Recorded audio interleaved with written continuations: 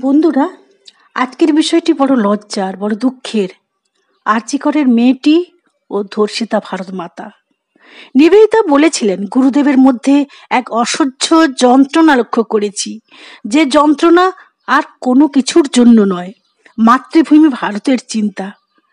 আজ সেই মাতৃভূমি ভারত হচ্ছে প্রতি মুহূর্তে, প্রতি পলে মেয়েরা নির্যাতিতা, ধর্ষিতা, তাদের প্রাণ জোর করে কেড়ে নেওয়া হচ্ছে। ছি ছি, আজ আমাদের মতো মায়েদের লজ্জায় বুক ঢাকতে ইচ্ছে করছে।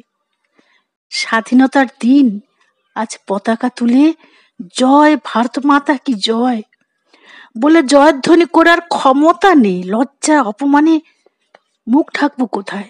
প্রাণটা হাউ হাউ করে কাঁদছে। ভারত মাতা যে ভারতের প্রতিটি ঘরে ঘরে, তাদের অন্তরে রয়েছে, সে মেয়ের অন্তরে রয়েছে সেই ভারত মাতা। বন্ধুরা, কি করব? এইসব ধর্ষিতা, মৃতা, সে চিকিৎসক মেয়েটি, নির্ভয়াদের মতো কত কত প্রাণ চলে যাচ্ছে অসহায় ভাবে, নৃশংস ভাবে। ছিঁড়ে কামড়ে প্রাণকে শেষ করে দেওয়া হচ্ছে। কিন্তু সত্যি কি দোষীর শাস্তি হবে না? কোনোদিন কি এসবের কোনো সমাধান হবে না? কিছুদিন হইচই, সরব সরব সোচ্চার সত্যি, তারপর সব নীরব নীরব সোচ্চার। সরবের হয় সলিল সমাধি। শ্রীমা পরাধীন ভারতের অসহায় এক অন্তঃসত্ত্বা মেয়েকে, মহিলাকে, মাকে ইংরেজরা টানতে টানতে নিয়ে গিয়েছিল জেলে। তা শুনে জনৈক ভক্তকে উদ্ধার করতে বললেন, আর বলেছিলেন, ওদের আর বেশি দিন নয়, এ দেশ থেকে উদ্ধার হতেই হবে, উৎখাত হতেই হবে।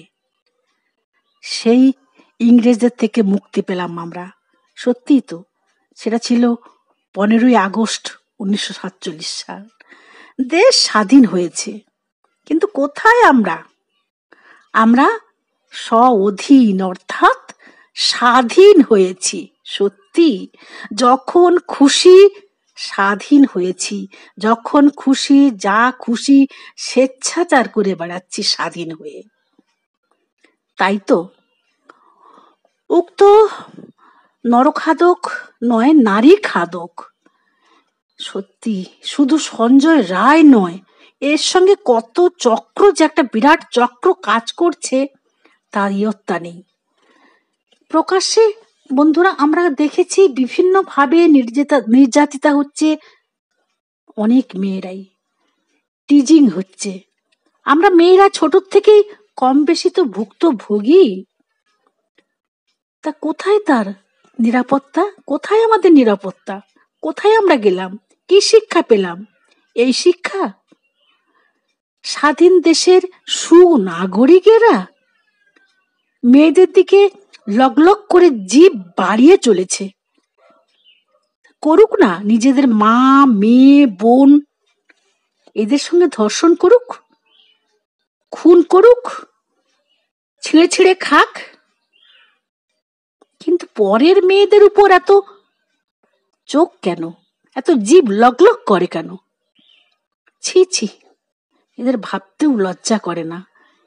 এরা নাকি ভারত মাতার সন্তান। আজ আমরা মায়েরা লজ্জায় কোথায় মুখ ঢাকবো? কে বলতে পারবে বলুন? হে ভারত মাতা, মাগো, যাহারা তোমার বিষাইছে বায়ু, নিভাইছে তব আলো, তুমি তাদের ক্ষমা করো না। জঘন্য শকুনদের, নরখাদকদের চরম শাস্তি হোক।